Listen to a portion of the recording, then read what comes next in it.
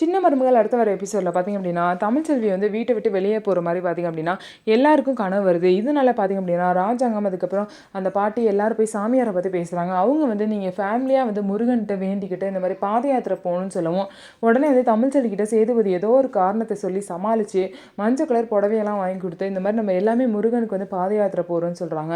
So இந்த மாதிரி பாத யாத்திரை போனதுக்கப்புறமா வந்து தமிழ்ச்செல்விக்கு எந்த பிரச்சனையும் வராமல் தப்பிப்பாங்களா அப்படின்னு சொல்லிட்டு பார்க்கலாம். இதுக்கப்புறம் பார்த்திங்க அப்படின்னா தாமரை பார்த்திங்க அப்படின்னா ஒரு பிச்சைக்காரனை காமேஷ் பிச்சையை வந்து பணக்காரன்னு வச்சு கல்யாணம் பண்ணியிருப்பாங்க. அவங்களே பார்த்திங்க அப்படின்னா வந்து பிச்சை எடுத்துகிட்டு தான் இருக்காங்க. இதனால் பார்த்திங்க அப்படின்னா வாடகை கூட 2 மாதமும் கொடுக்காதனால அவங்க தாமரையும் அவங்க அம்மாவையும் அந்த வீட்டோட ஓனர் வந்து வெளியே அனுப்பிச்சிருவாரு.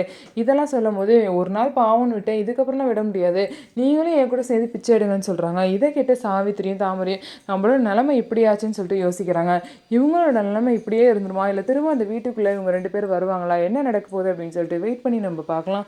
நம்ம வீடியோ உங்களுக்கு பிடிச்சிருந்தா நம்ம வீடியோவை லைக் பண்ணிக்கோங்க. மறக்காமல் நம்மளோட சேனலை சப்ஸ்கிரைப் பண்ணிவிட்டு பாருங்கள்.